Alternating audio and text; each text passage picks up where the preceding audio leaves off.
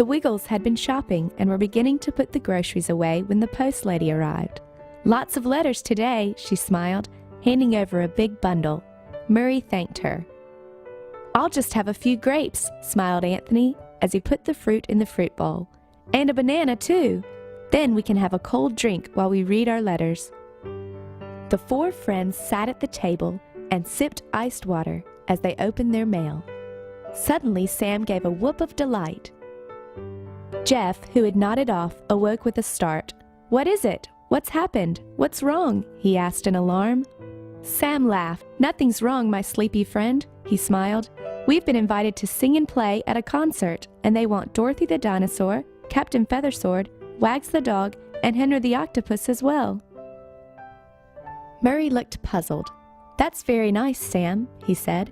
"I always enjoy playing my guitar and singing and dancing at concerts, but it is what we do after all."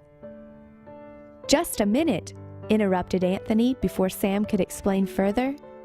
"I've got a feeling that this concert has something different about it. Am I right, Sam?" Sam nodded and showed the letter to the others. Murray picked it up and read it aloud.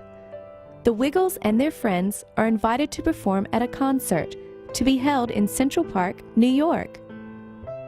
"Wow," laughed Anthony. "Central Park, New York? There'll be room for lots of people to come and watch. And there'll be room for everyone to sing and dance along," added Murray. "We can sing our New York songs," Sam reminded them. "The ones about the New York firefighters and Central Park." Anthony looked doubtful. "That won't be enough for a whole concert. We'll have to sing more than that." The others reassured him. "Of course we will. We'll sing some new songs and some old favorites." "Let's tell the others," said Murray. Dorothy, Captain Feathersword, Wags, and Henry were as excited as the Wiggles. "I can say hello to the dogs of New York," barked Wags. The date for the concert soon came around.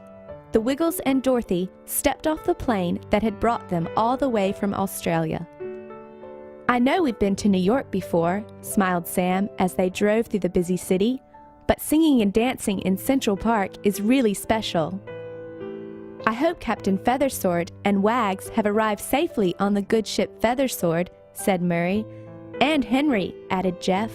"He was going to swim." When the friends arrived in Central Park, the captain and Henry were already there. "We've berthed in the East River," they explained, "right under the Brooklyn Bridge." "We caught a New York yellow cab to Central Park," added Henry.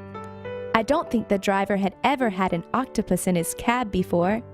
He was worried I'd drip water all through it." "Where's Wags?" asked Dorothy. Captain Feathersword laughed. "As soon as we came ashore, he was off to Central Park to see if he could find some doggy friends." The Wiggles and their friends began to set up the stage, tune their instruments, and run through a few songs. "I hope Wags won't be late for the show," thought Anthony. Just then, a New York police officer strode up to the stage. "Is this your dog?" he asked. Wags was right behind him, looking rather embarrassed. "He was running around the park," the police officer continued, "and he seemed to be lost. Luckily, someone told me he was with the Wiggles. Otherwise, I'd have called the dog catcher. I was playing with some other dogs, but when their owners called them, I didn't know where I was," nodded Wags. "Then the kind officer found me, and here I am." "Thank you for looking after Wags," said Anthony. "We were getting a little worried about him.